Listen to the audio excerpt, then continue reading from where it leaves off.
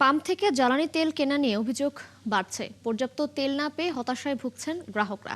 নাটোর থেকে এ বিষয়ে আরো তথ্য জানাতে আমাদের সাথে যুক্ত হচ্ছেন সহকর্মী বুলবুল আহমেদ। বুলবুল, পাম্পগুলোর অবস্থা কেমন দেখতে পাচ্ছেন সেখানে? পাম্পগুলোতে সঠিক নিয়মে তেল দেয়া হচ্ছে কিনা এই বিষয়ে যারা ক্রেতা রয়েছেন তারা কি বলছেন?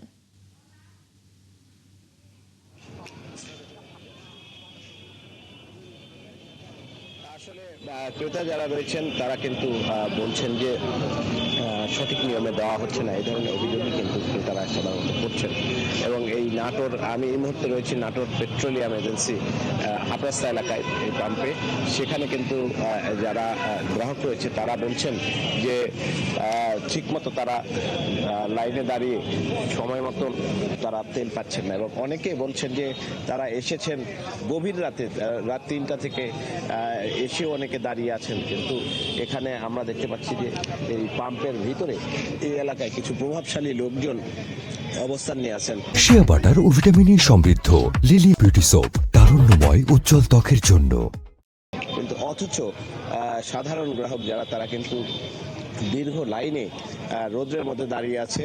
তো দীর্ঘ সময় দাঁড়িয়ে থাকার পরেও তারা ঠিকমতো তেল পায় না, কিন্তু প্রভাবশালী লোকজন তারা এই পাম্পের ভিতরে ঢুকে অবস্থান নিয়ে প্রভাব খাটিয়ে তেল নিচ্ছে, এই ধরনের অভিযোগ কিন্তু এখানে যারা তেল নিতে আসা গ্রাহক তারা বলছেন।